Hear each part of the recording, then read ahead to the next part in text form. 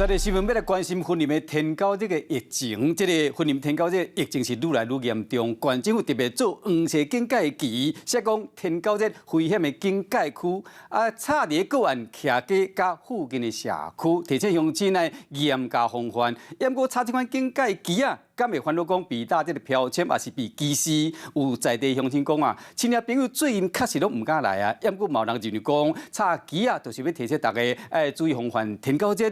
未付款有歧视被感染的人。社区巷仔内底公园，甚至是徛街门口，查几啊支黄色旗啊，顶面写天狗日危险区。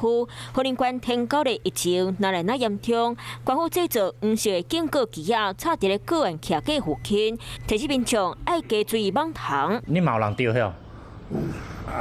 都丢啊！就嘛无法度安尼吼。不哩个插旗啊，嘛等于甲人讲，厝内有人感染着天狗热。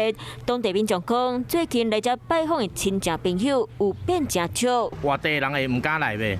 有哦，有差哦。有差哦。啊，你们家己嘛提醒讲，尽量朋友莫来安尼呗。有啦。插这支啊，无影响啦吼。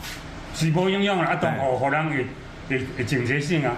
啊，你也正当来遮，前顶我嘛甲讲你。哦。对插旗啊，敢会防看无目体，民众的看法无共款。官府和当地传干事强调，一切以防疫在先。在家的掐的门前一定要插旗子，让村民有所警戒说，我们登革热蛮严重的。建议是要喷防蚊剂，穿颜色比较淡的这个长袖的衣裤。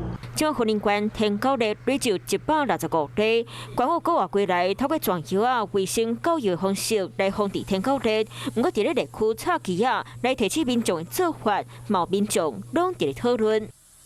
Hello， 我是郑雅芳。想要抢先掌握最及时的新闻资讯吗？赶快订阅、按赞、开启小铃铛，锁定华视新闻 YouTube 频道。